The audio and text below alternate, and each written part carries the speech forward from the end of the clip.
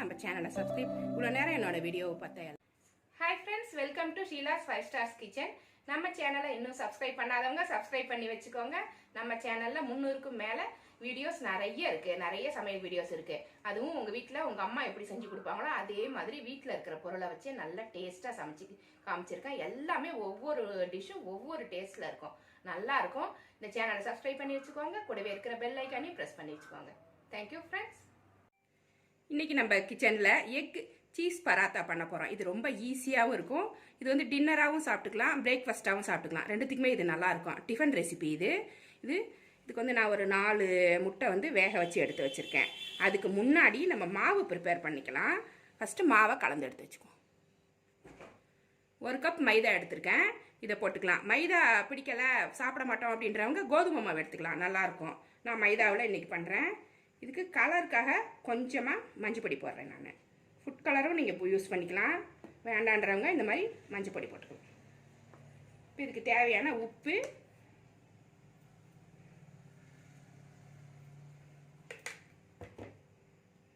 இந்த மாவுக்கு ஒரு டேஸ்ட் கொடுக்கணும், அதனால் ஒரு 4 ஸ்பூன் சர்க்கரை போட்டுக்கிறேன்.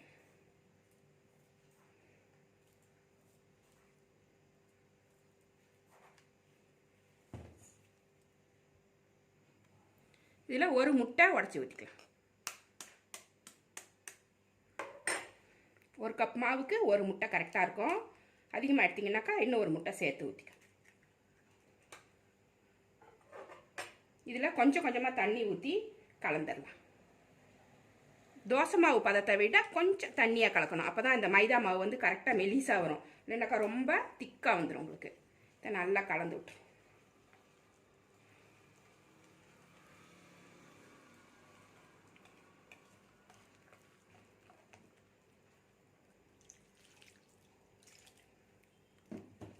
நல்லா கட்டி இல்லாமல் கலந்து விட்டுக்கோங்க.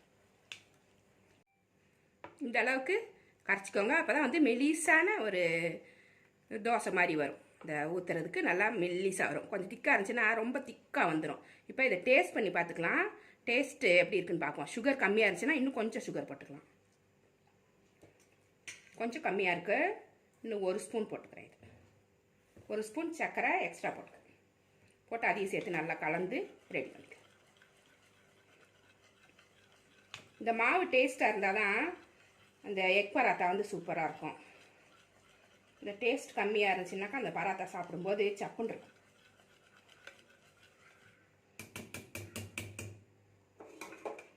கலந்து ரெடி ஆயிடுச்சு. இதை கொஞ்சம் நேரம் மூடி வச்சிடலாம். அடுத்தது முட்டையெல்லாம் இதை துருவி எடுத்துக்கலாம். இந்த மாதிரி ஒரு கிரேட்டர் வச்சுட்டு இதை துருவிடுங்க.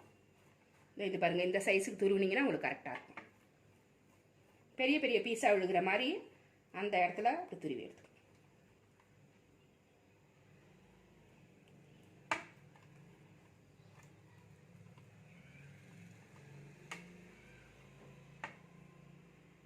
இது மாதிரி எல்லாத்தையுமே துருவி எடுத்து வச்சுக்கலாம். இது மாதிரி எல்லா முட்டையுமே இந்த மாதிரி துருவி எடுத்து வச்சுக்கோங்க. அடுத்தது நம்ம எக் பராத்தாக்கு உள்ள மசாலாவை ரெடி பண்ணிடலாம். வானல் சூடாயிடுச்சு. ஒரு 2 ஸ்பூன் அளவுக்கு எண்ணெய் ஊற்றிக்கிறேன். அதை விட கம்மியாக ஊற்றினாலும் ஊற்றிக்கோங்க.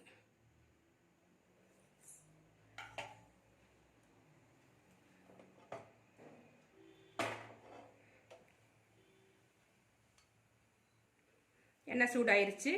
2 பெரிய வெங்காயம் இந்த மாதிரி பொடியாக கட் பண்ணி வச்சுருக்கேன், அதை போட்டுக்கலாம். கொஞ்சம் வெங்காயம் கொஞ்சம் அதிகமாக போட்டால் தான் நல்லாயிருக்கும் அந்த ஸ்டஃபிங்கு.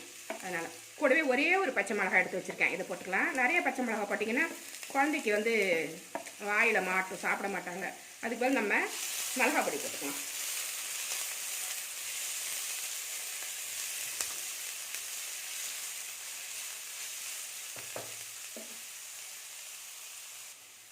வெங்காயம் வந்து பாதி வதங்கினா போதும். இப்போ மீடியமில் வச்சுக்கோங்க, ரொம்ப வந்து ஹையில் வச்சிங்கன்னா ரொம்ப வதங்கிடும், அப்புறம் டேஸ்ட் வந்து தொக்கு மாதிரி ஆகிடும், நல்லா இருக்காது. இப்போ இதில் 1/4 ஸ்பூனுக்கு குறைவாகவே மஞ்சப்பொடி, ஒரு பிஞ்ச் மஞ்சப்பொடி, அது மாதிரி 1/4 ஸ்பூனுக்கு கொஞ்சமாக தனி மிளகாத்தூள், ஒரு 1/4 ஸ்பூன் கரம் மசாலா பொடி. கரம் மசாலா இல்லைன்னா சிக்கன் மசாலா ஏதாவது போட்டுக்கலாம். ஒரு 1/4 ஸ்பூன் மிளகு பொடி, கொஞ்சமாக உப்பு போட்டுக்கலாம். பூண்டு பேஸ்ட்டு ஒரு 1/4 ஸ்பூன் போட்டுக்கிறேன். இது போட்டு நல்லா கலந்துடலாம். இந்த பச்சை மணம்லாம் மாறணும். இந்த பொடி சேர்த்துருக்கோம் இல்லைங்களா, அதோட பச்சை மணம் மாறணும். மீடியம்லேயே வச்சு கிளறிக்கோங்க, இல்லைன்னா கலர்லாம் மாறிடும், டேஸ்ட்டும் மாறிடும்.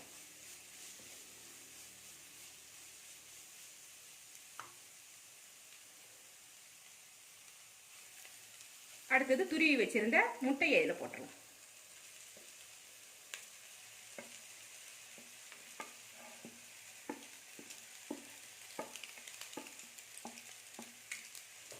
லைட்டாக பரட்டி விடுங்க. ரொம்ப போட்டு கிளறினீங்கன்னா இந்த முட்டைலாம் குழன்னு ஆகிடும். அதனால் லைட்டாக அப்படி பரட்டி விடுங்க, கலந்து விடுங்க. இந்த மசாலாவோட கலந்து விடுங்க. கொத்தமல்லி புதினா கட் பண்ணி வச்சுருக்கேன், கொஞ்சமாக போட்டுக்கோங்க. எல்லாமே மீடியம் ஃப்ளேமில் வச்சு செஞ்சுக்கணும். நல்லா எல்லா பக்கமும் கலந்துருச்சு. இப்போ இதை ஆஃப் பண்ணி எடுத்து வச்சுக்கலாம். அடுத்தது நம்ம பரோட்டா செய்ய ஆரம்பிச்சிடலாம். எக் சீஸ் பரோட்டா செய்ய ஆரம்பிச்சிடலாம். ஸ்டஃபிங் இப்போ ரெடி ஆகிடும்.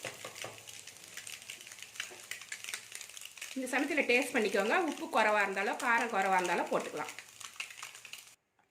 பரோட்டா பண்ணுறதுக்கு தோசைக்கல்லை சூடு பண்ணியிருக்கேன். சூடானோடனே மீடியம் ஹீட்டில் வச்சுக்கோங்க. ரொம்ப வச்சிங்கன்னாக்கா தேய்க்க முடியாது, அப்படியே ஒரு இடத்துல நின்றுடும். இப்போ ஒரு கரண்டி மாவு எடுத்து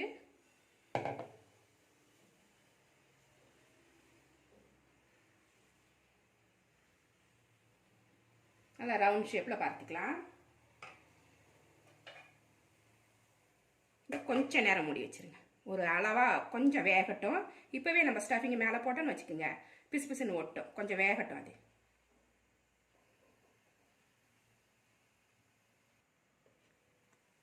கொஞ்சம் வெந்துருச்சு. இப்போ நம்ம ஸ்டஃபிங்கை போட்டுக்கலாம். நல்லா சிம்மில் கூட வச்சுக்கோங்க, அப்போ தான் இது கரெக்டாக இருக்கும்.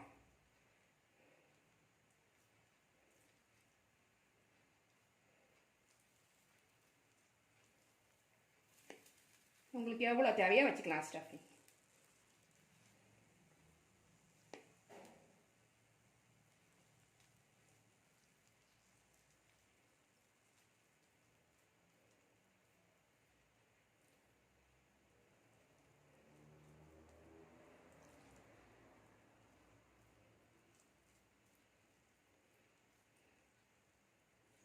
நான் இவ்வளோ வைக்கிறேன், உங்களுக்கு எவ்வளோ இஷ்டமோ வச்சுக்கலாம். இப்போ சாட் மசாலா எடுத்திருக்கேன். சாட் மசாலா கொஞ்சமாக போடுங்க, நிறைய போட்டுட்டிங்கன்னாக்கா உப்பு கறிக்கும். இது கொஞ்சமாக போட்டிங்கன்னா டேஸ்ட்டாக இருக்கும். மேலே உங்கள் இஷ்டத்துக்கு போட்டுக்கோங்க. நான் ஒரே ஒரு பிஞ்சு போடுறேன்.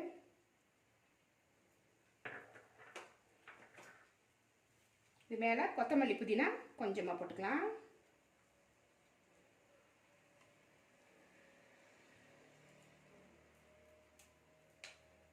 அடுத்தது சீஸ் எடுத்து வச்சுருக்கேன். சீஸை இது மேலே அப்படியே துருவி விட்டுரு.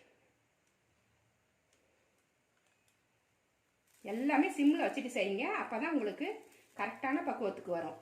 நீங்கள் அதிகமாக வச்சுட்டிங்கன்னா இவ்வளோ செலவு பண்ணி எல்லாமே கெட்டு போயிடும்.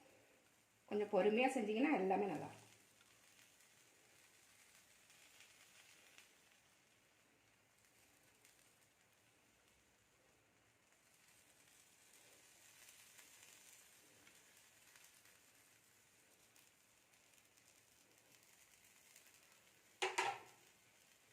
துருவி எடுத்துக்கோங்க. கொஞ்சமாக எண்ணெய் மேலே ஊற்றிக்க.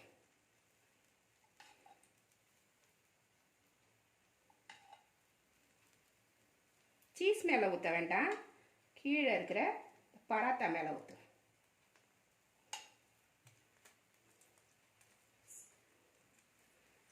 ஊற்றிட்டு இதை கொஞ்ச நேரம் அப்படியே மூடி வச்சிருங்க.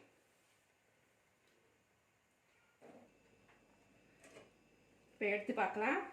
நல்லா சீஸ்லாம் உருகி கரெக்டாக வந்துருச்சு பாருங்கள். இந்த சமயத்தில் அப்படியே எடுத்து வச்சாலும் வச்சுக்கோங்க, இல்லைனாக்கா இந்த மாதிரி மடக்கிக்கோங்க, ஈஸியாக இருக்கும்.